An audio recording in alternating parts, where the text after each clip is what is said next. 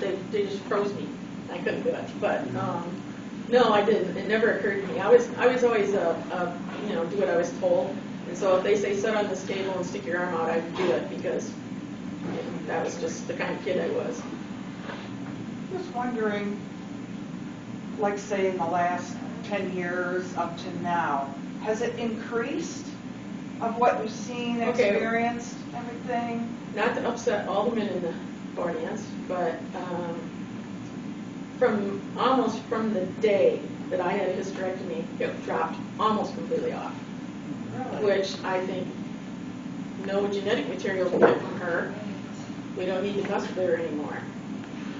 And I'm not the only person who has said that, who has noticed that correlation. So, no, it hasn't increased. Occasionally things happen.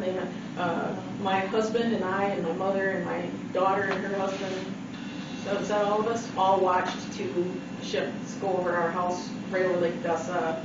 I don't know, what was that, 10 years ago? Yeah, around then.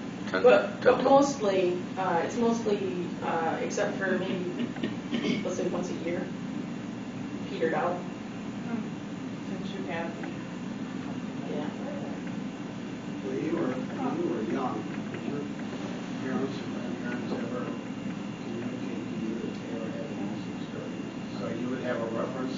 My father's father, when he lived in Saskatchewan, Canada, said that this was around the turn of the century, that over some little dinky farm town, they watched a cigar in the sky all day.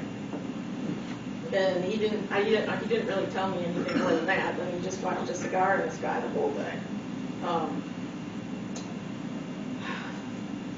My mom had multiple instances of a giant green ball, orbs that would land on her mercury light, the white owls, stuff like that.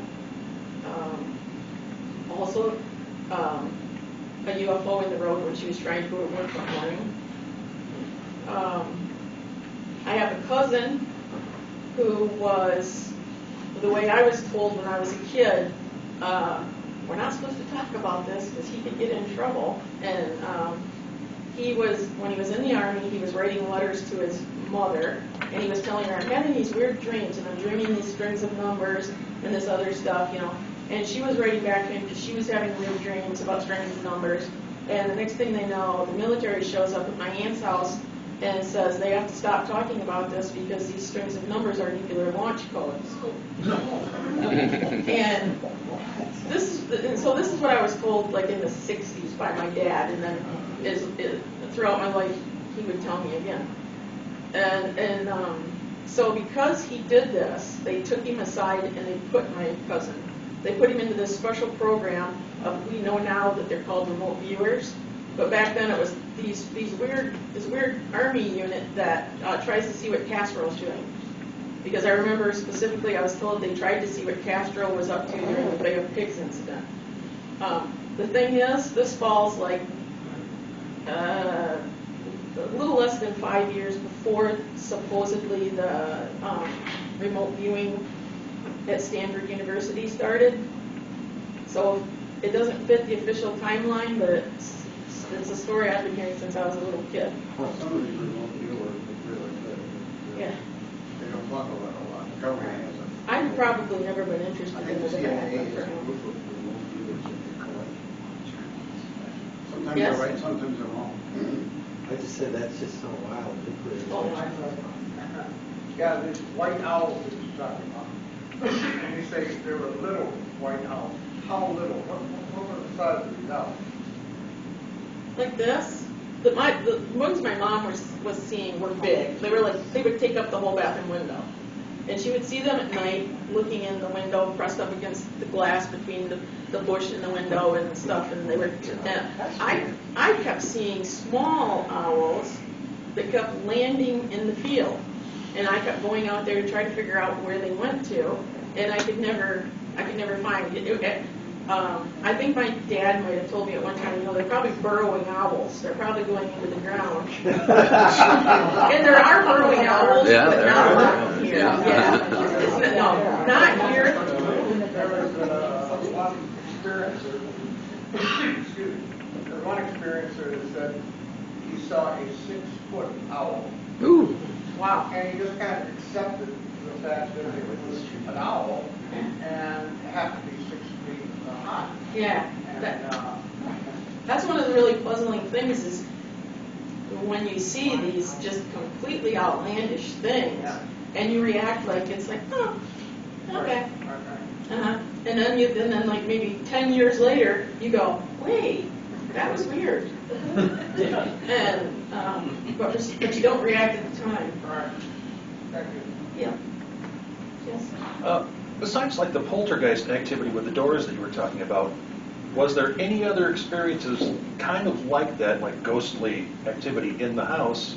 And the reason I ask is, Whitley Strieber talked about when he was going through his experiences at the cabin in upstate New York. He ended up talking to dead relatives and all sorts of. I was wondering if you had like a similar experience. Right after I saw the UFO in the field with my cousin, I started seeing the outline of a man standing on the stairs in the house, and it would just scare me half to death. And that's when I started locking the door with a butter knife, because I kept seeing this shadow man, and I pretty much saw weird stuff from then on, not constantly, but occasionally. And in that particular house, when we first moved there, it was just me and my mom. And she said, and it was one of those old houses, like they have those old farmhouses where every room runs into another room in a string. And I said, well, I'm going to pick the room farthest from the stairway, and that's going to be my room, because she said I could have the help upstairs. And I was just thrilled, because I'd always been sharing a bedroom with one of my cousins up until then.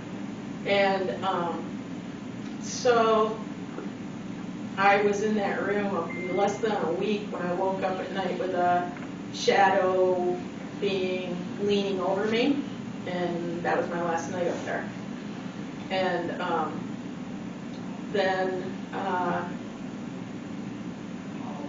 we had an incident where, so we shut that door, we put a trunk against it with a TV on it, and we didn't open it anymore. And we were watching TV one night, and there was this horrendous crash, and it sounded like a barrel rolled down the stairs and hit the door, and we actually saw the door bend. And my mom thought, I remember her being so ticked off, and she was swearing, because I work and I go to school, and we're renting this house, and the ceiling caved in, and now I'm going to have to figure out how to fix it, and and all this stuff. And we opened the door, nothing. There's nothing there at all, and it kept happening. And we finally just stopped paying attention to it happening. It's like, there it goes down the stairs again. But when you don't have a lot of money, you just have to keep living there. There seems to be a correlation between owls and UFO. I learned of that later. And is there a connection there? Because you hear a lot about it. Yeah, there's a book out called Messengers. I bought it when I started to write my book so I could look up about it, and that's what it's about, basically, owls and other kinds of things that people frequently see when they have, and their theory is it's screen memory, so you don't remember aliens. Big black eyes on owls and big black eyes on aliens, and I don't know what it is, but. Whitley Strieber had several times when he saw owls outside movies. So it must be fairly common. I remember this one story from Mike Cullen, the author of Messengers. He said that there was this one time this guy was walking out on some dirt trail somewhere, and he saw a little gray just standing there, and then the gray was like, oh, there's a person. And then he said that the little gray guy just kept saying to him, owl, owl, owl. and then after like a moment, he looked at the gray looked like an owl to him. Wow. But at first he's like, what's this owl business? And all of a sudden he looked like an owl, and he's like, oh, he's trying to like insert in my mind that he's an owl. That's so interesting. Yeah, I got one little thing on that. I had a student where I was teaching who was Native American, and I was showing a little slideshow of different animals. An owl came up, and she got hysterically ticked off at me. Said, turn it off, turn it off, turn it off. I'm like, what? It's just an owl. She said, no, an owl means someone's going to die. You're killing someone. And I'm like, at first, I was a jerk and said, oh, come on, it's a 21st century chill out. And she was really serious. She wasn't a bad kid or anything. She was a very serious kid. Yeah. Intelligent kid. Right. Okay, I'm sorry. It's a harbinger of doom. I lived with my grandma, and we had a hoot owl in the neighborhood, and she'd go, "You're the hoot owl, somebody's gonna die." And sure enough, the next day, the owl always knew. Pretty strange stuff. If I could, so I'm going to hopefully be able to wrap up with this question, which I think is a very important question. Do you ever wish that none of this had ever happened? No. There was a time when I did, but I definitely don't now, because it caused me to stretch my mind in ways I never would have. To think about things I would have never thought about, and to be aware of things that I wouldn't have been aware of. Do I wish that they hadn't messed with my kids? Well, there's my grandson. I don't know what the explanation for his getting better is. If that's the price to pay, then, or maybe it has nothing to do with it. But no, I don't wish that. I'm glad I know. I'm glad I know that there's more to the world than the rocks under my feet. And thank you. Thanks so very much, Nancy.